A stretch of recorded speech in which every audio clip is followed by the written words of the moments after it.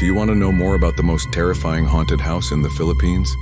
Then join me today as we uncover the dark and bloody history of Bahay na Pula, or the Red House in San Ildefonso, Bulacan. Considered one of the most haunted heritage houses in the country, it is infamous not for its architecture but for the horrible things that happened inside its four walls.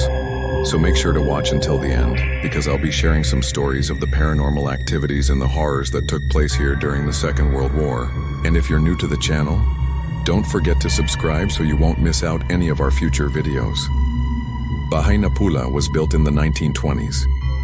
It has a simple neoclassical design and is considered an ordinary ancestral home in the town of San Ildefonso, Bulacan. It was built by a wealthy Chinese Filipino businessman named Juan Nakpil and his wife Gregoria Josefa Hizon. The two-story house was surrounded by spacious gardens and a courtyard with trees planted all over the property. But this house wasn't just a simple dwelling for a rich family. It would become a symbol of pain, suffering, and death during the Japanese occupation in World War II. When the Japanese Imperial Army invaded the Philippines in December 1941, they used the house as their garrison. They ransacked the bedrooms and converted the entire second floor into a military headquarters. The soldiers abused the property, destroying the beautiful gardens, killing chickens and pigs, taking the family's ornaments and other valuables.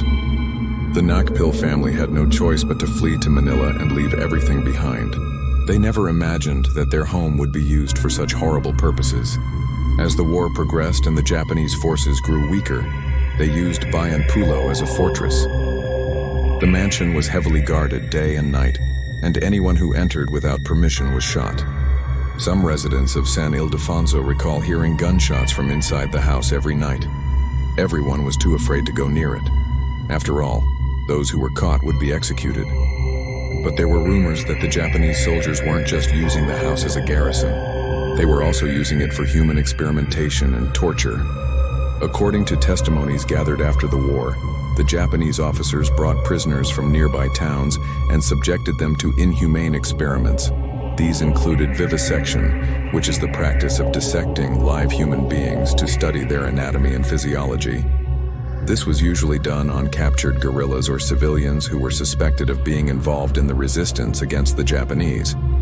The Japanese officers would also force prisoners to carry heavy loads while standing on boards placed across two poles. If the prisoner fell, he was beaten, tortured, and sometimes killed. There were even reports that the Japanese used Filipino women as comfort girls. These women were taken from their homes and forced to serve the Japanese soldiers sexually. Many of these women were raped and infected with sexually transmitted diseases. After 4 years of brutal occupation, the Japanese finally retreated from the Philippines in April 1945. When they fled, they left behind a trail of death and destruction. Entire villages were burned down and thousands of people were massacred. One of the most infamous massacres took place in San Ildefonso, Bulacan. On April 28, 1945, the Japanese soldiers rounded up the male residents of the town and executed them. The bodies were then thrown into a ditch beside the railroad tracks. The massacre was part of the Japanese plan to punish the Filipinos for supporting the American guerrillas. They wanted to make an example out of San Ildefonso so that other towns would be too afraid to resist the Japanese occupation. In total, more than 100 men were killed in the San Ildefonso massacre. Their bodies were discovered by American troops 3 days later. The massacre was one of the worst atrocities committed by the Japanese during their occupation of the Philippines. But it was not the only thing that happened in Bahay na Pula during the war. Many witnesses have come forward to share their experiences of the supernatural activity they witnessed in the house. They say that the spirit of those who died there refuses to move on. The first story happened when the house was still being used by the Japanese soldiers. One night, a young soldier was writing a letter when he heard footsteps on the second floor. He looked up and saw the apparition of a woman in a long, flowing gown. She walked slowly down the stairs and disappeared at the bottom. The soldier was so frightened that he dropped his pen and ran out of the house. Since then, many soldiers claim to have seen the same woman's apparition, as well as other strange apparitions of men and children. Another story involves a group of Filipino guerrillas who decided to sneak into the house and steal some food. However, they soon realized that they were not alone.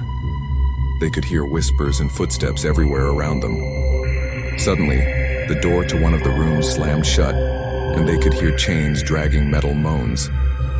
Terrified, they ran away and hid in the bushes outside the house. In the morning, they returned to the house and found a young girl sitting on the floor in the room where they had heard the noise. She was malnourished and dehydrated. The guerrillas gave her water and food and then took her to a doctor. The doctor was unable to save her and she died a few hours later. They believed that the girl was one of the victims of the Japanese experiments and that she had been kept in the house alive, but without nourishment. The last story took place after the war, when a group of friends decided to explore the abandoned house. They went inside and began exploring the rooms.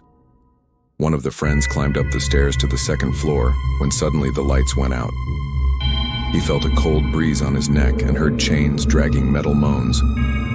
He ran out of the house and never returned. Today, locals in the area claim that the house is haunted by the spirits of those who died there during the war. Crying voices, shadow figures, and blood-curdling screams have all been reported in the abandoned halls. Some believe that the spirits are trapped there because they were never given a proper burial. Others believe that they are angry and want revenge on those responsible for their deaths. If you visit the house today, you will find it in ruins. The once beautiful gardens are gone, and the building is covered in graffiti. Despite the horror that happened here, some people still visit the house. They say that they can feel the presence of the spirits, and that the house is filled with sadness and despair. Others say they come here because they want to pay their respects to the victims of the Japanese occupation. I understand that some of you may think that these stories are made up, but I assure you that they are not. I did my research and found several articles and testimonies from people who witnessed these events firsthand. These people are not looking for attention and have no reason to lie about what they experienced. Now, I want to hear from you. What do you think happened in Bahay, Pula during the Japanese occupation? Do you believe that the house is haunted? Let me know in the comments below. And if you want to learn more about the Japanese occupation of the Philippines, check out my other videos on the subject. Thanks for watching, and I'll see you next time.